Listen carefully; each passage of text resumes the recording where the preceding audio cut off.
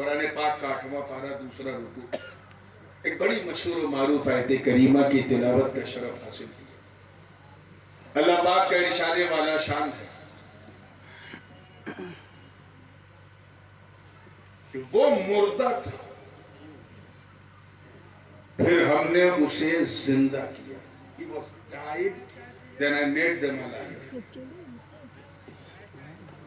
اومن کانا میتا، وہ مردہ تھا، پھر ہم نے اسے، زور سے بولو، زندگی سے زندہ کیا۔ وَجَعَلْنَا لَهُ نُورًا، اور ایسا نہیں کہ صرف زندہ کیا بلکہ نور کو اس کے لیے کر دیا۔ یہاں لام جو ہے تملیک کا ہے، یعنی نور کا مالک بنا دیا، اور آسان کرتے ہیں کہ بالکل ابدی زبان میں تو نور والا بنا دیا۔ کیا بنا دیا؟ یہ 2-3 منٹ ذرا سنجیدگی سے سنیے گا، اس کے بعد گردن لٹکا کے بھی سنیے گا تو مجھے کوئی تکلیف نہیں ہوتی، کیونکہ گردن کھڑی کرنا مجھے آتا ہے۔ ذرا توجہ سے، اور ایسا نہیں کہ نور عطا کر دیا، نور والا بنا دیا تو بس نہیں، آگے ارشاد ہے یمشی بہ فی الناس، بہ فی الناس، یعنی یہ نور والے نور پا کر لوگوں میں اسی نور سے چلنے پھرنے لگے، یعنی خود تو چمک رہے تھے۔ دیکھیں کتنے لوگ کیچ کر رہے ہیں، جو کیچ نہیں کر رہے ہیں وہ چپ رہے تاکہ میں دوہرا سکوں، اور جو کیچ کر رہے ہیں وہ احساس دلائیں کہ ہاں میں نے کیچ کر لیا، یعنی خود تو چمک رہے تھے، اب گلی گلی جا کے سب کو چمکانے لگے۔ آدھے لوگ نہیں سمجھ پائے تو پھر دوہراؤ، چلو میں دوسرے لہجے میں دوہراتا ہوں، یعنی خود تو پی رہے تھے، کبھی اس میکدے میں جا کے کبھی اس میکدے میں جا کے، پھر ایک دن وہ آیا کہ میکدہ بردوش ہو کر پوری مدھوشالہ سر پہ رکھ کر سب کو پلانے لگے۔ تو پلے ہے نا، پلے ہے تبھی بلے بلے، ورنہ گاؤں کی رات 10 بجے کے بعد جو بھی ہوتی ہے بات، اللہ رحم فرمائے۔ آگے ایک حصہ اور ہے جسے میں نے پڑھا نہیں لیکن میں چاہ رہا ہوں اس کا بھی ترجمہ کر دوں۔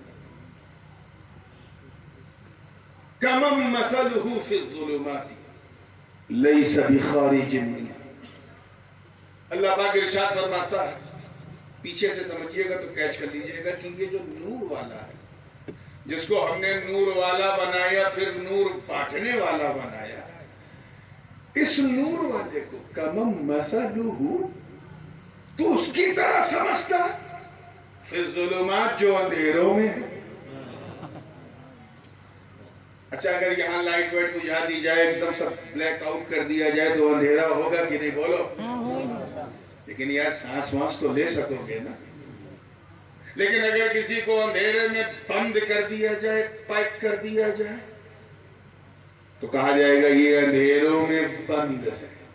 اللہ کرے یہ بند لفظ آپ کے کھلے دماغ تک پہنچ جائے۔ اللہ پاک وہی فرما رہا ہے کہ اس نور والے تو ان کی طرح سمجھتا ہے جو ایسے اندھیروں میں ہیں کہ لیس بخارج منہا، کہ وہاں سے باہر جانے کا کوئی راستہ ہی نہیں۔ There is no way to go out from that particular darkness۔ اب سمجھ جاؤ کون لوگ بند ہیں اندھیرے میں، اللہ تعالیٰ ان کے دماغ کو کھول دے اور دیو کی بندش سے آزاد کر کے مصطفیٰ والوں کی کا گدا بنا دے۔ ہندی کی چندی کرنا پڑے گا تب آپ لوگوں کا ہاتھ ہلے گا، یوں نہ کرو بھائی۔ اگر آپ غور کریں اس آیت کریمہ تو 5 ڈیفرنٹ سٹیجز ہیں، 5 فیزز ہیں، 5 الگ الگ مرحلے ہیں۔ کیا ہیں؟ بولیے۔ پہلا سٹیج کیا ہے؟ مردہ۔ کیا تھا؟ دہراتے رہیے تاکہ یہ دہرانے سے آپ کو ڈبل ثواب ملے گا۔ علماء کا اس بات پر اجماع ہے کہ بولنے کا ثواب سننے سے زیادہ ہے، تو جو لوگ دہرائیں گے انہیں سننے اور بولنے دونوں کا ثواب ملے گا۔ ایسا نہ ہو کہ خالی سننے والا ثواب لے کے جاؤ، سنی بن جاؤ، تھوڑا بولنے کا بھی ثواب ملے گا۔ پہلا اسٹیج مردہ تھا، دوسرا ہم نے اسے زندہ کیا۔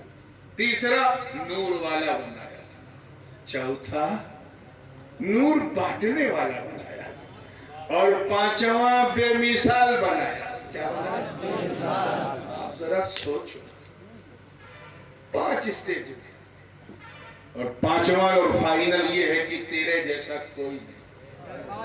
میں صرف ایک کرنٹ چیک کرنا چاہ رہا ہوں، ارتھنگ کا، پھر میں آگے بڑھوں گا۔ دیکھو کتنا آپ جاگ رہے ہیں۔ موقع ملے تو ان بے وقوف ملوں کو سمجھانا جو گلی گلی کاؤں کاؤں کرتے ہیں، کہنے دے مصطفیٰ کے نور کا فیض اگر کسی نور والے ولی کو مل جائے، جب وہ بے مثال ہو سکتا ہے تو بانٹنے والے مصطفیٰ کی بے مثال۔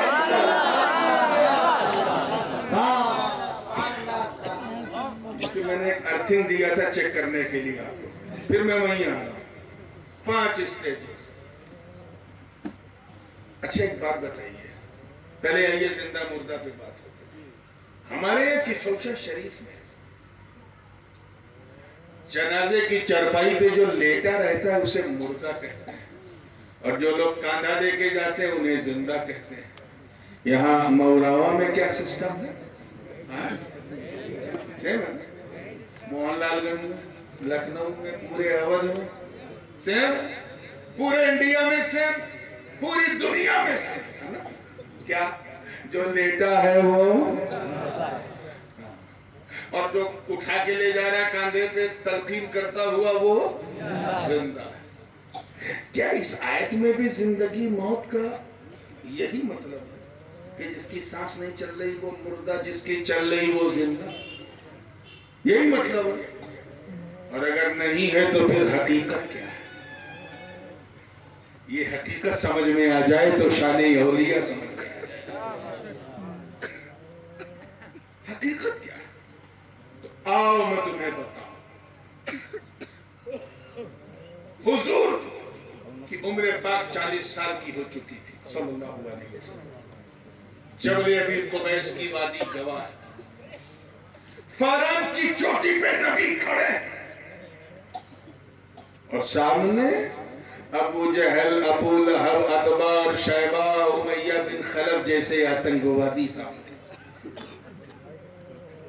حضور نے فرمایا what do you say یا what do you think about me، میرے بارے میں تم کیا سوچتے ہو؟ بخاری و مسلم کی متفق علیہ حدیث، مشکات میں کی۔ کیا خیال ہے تمہارا؟ سب نے کہا ہے عبداللہ کے بیٹے تم سے اچھا انسان تو پورے مکے میں کوئی نہیں ہے۔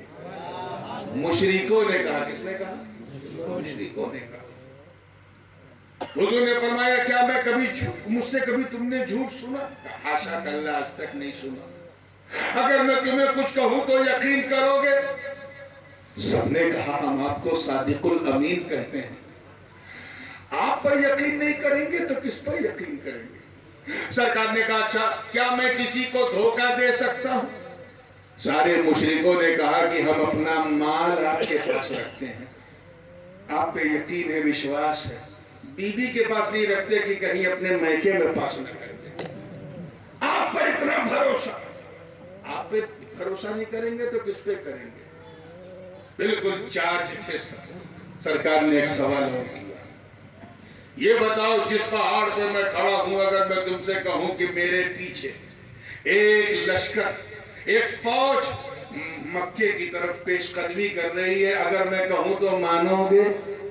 یقین جانو سنیو، سب نے کہا آپ بولو گے تو مانو گے۔ سورج پشچم سے نکل سکتا ہے مگر آمینہ کا لال جھوٹ نہیں بول سکتا۔ سوچے کتنا اطمینان ہوا ہوگا حضور کو کہ میں جو بھی کہوں گا میری قوم مجھے جھٹلائے گی نہیں۔ کتنا ہوا ہوگا کہ نہیں؟ ابو جہل کہہ رہا ہے، ابو لہب، اتبا، شیبہ، امیہ بن خلف وغیرہ وغیرہ کفار قریش کی سورماؤں کی ٹیم کہہ رہی ہے۔ موقع بھی تھا، ماحول بھی تھا، میرے سچے نبی نے اپنے سچے خدا کا سچا پیغام اپنی قوم کو دے دیا، اور آقا نے فرمایا جب تم مجھے سچا سمجھتے ہو تو ایک سچی بات سن لو۔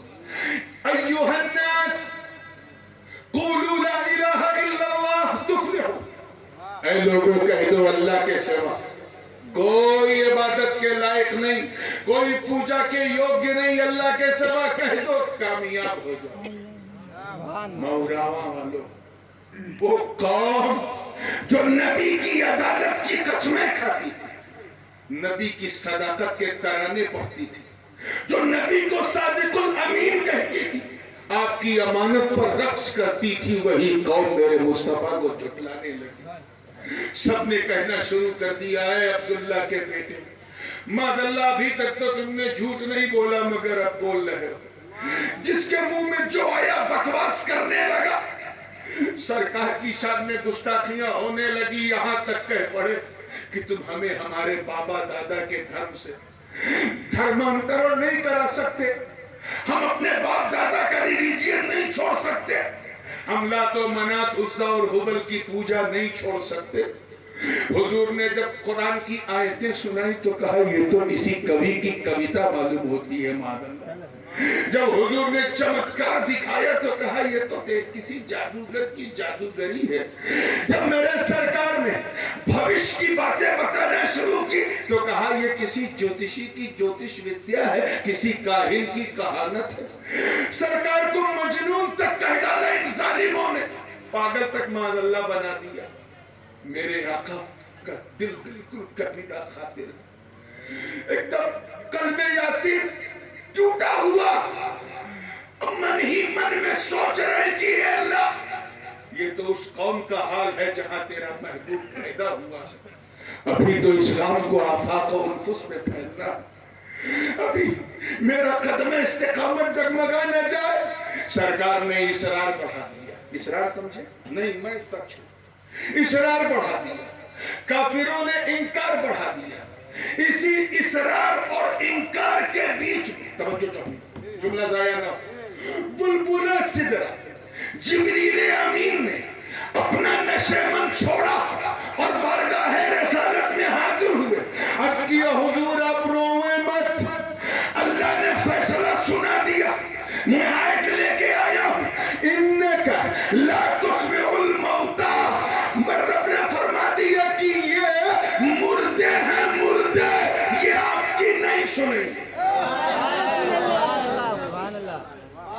چلتے پھرتے ابو جہل کو قرآن نے مردہ کہا، کھاتے پیتے ابو لہب کو قرآن نے زور سے بولو، اونٹ کی پیٹھ پہ بیٹھا ہے شیبہ، مارکیٹ میں جا رہا ہے قرآن کہہ رہی ہے مردہ، سوکے اوقاس میں گھوم رہا ہے آتبا قرآن کہہ رہی ہے مردہ، اور ادھر 3 دن کا بھوکا پیاسا شہید، ادھر وادی احد گواہ نبی کے سگے چچا جان سید الشہداء امیر حمزہ رضی اللہ تعالیٰ عنہ تیر سینے پہ لگ چکا، جس میں امیر حمزہ زمین پہ گر چکا، روح قفص عنصری سے پرواز کر چکی، دانتوں سے ان کا کلیجہ چبایا جا چکا، برگ و ثمر نے سمجھا کہ مردہ ہے، شمس و قمر نے سمجھا کہ مردہ ہے، خشک و تر نے سمجھا کہ مردہ ہے، بحر و بر نے سمجھا کہ مردہ ہے،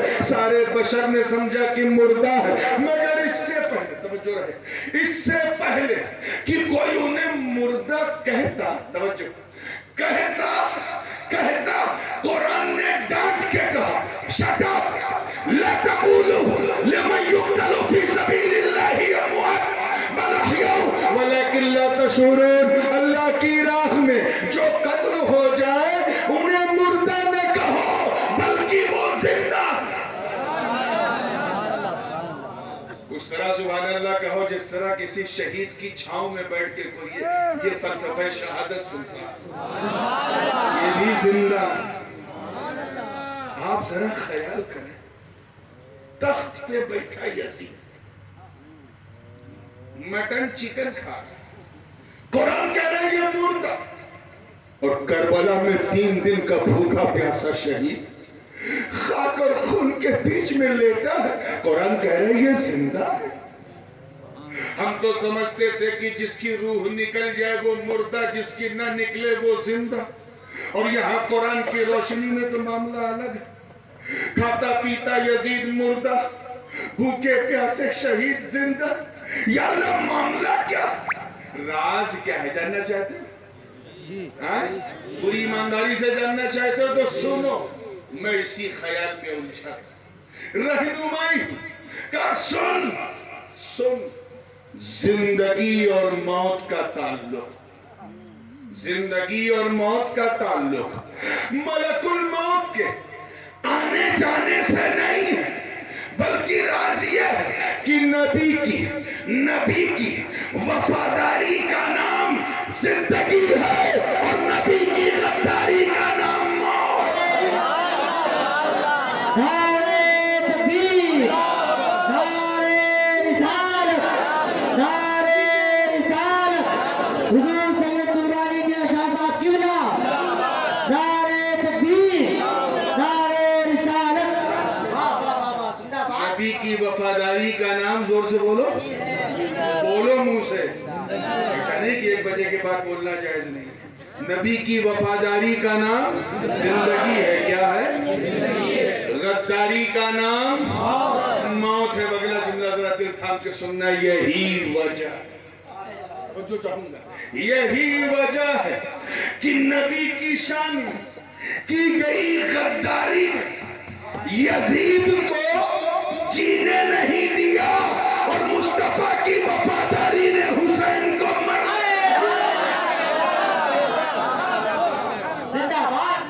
ایسا زندہ رکھا حسین کو کہ ہر دل میں حسین ہے کہ نہیں؟ اگر ہے تو بولو، ہر جا میں حسین، ہر رگ میں حسین، ہر سانس میں حسین، ہر ملک میں حسین، ہر شہر میں حسین، ہر بستی میں حسین، صحرا میں حسین، جنگل میں حسین، سارے سمندر کی لہروں میں حسین، ہواؤں میں حسین، فضاؤں میں حسین۔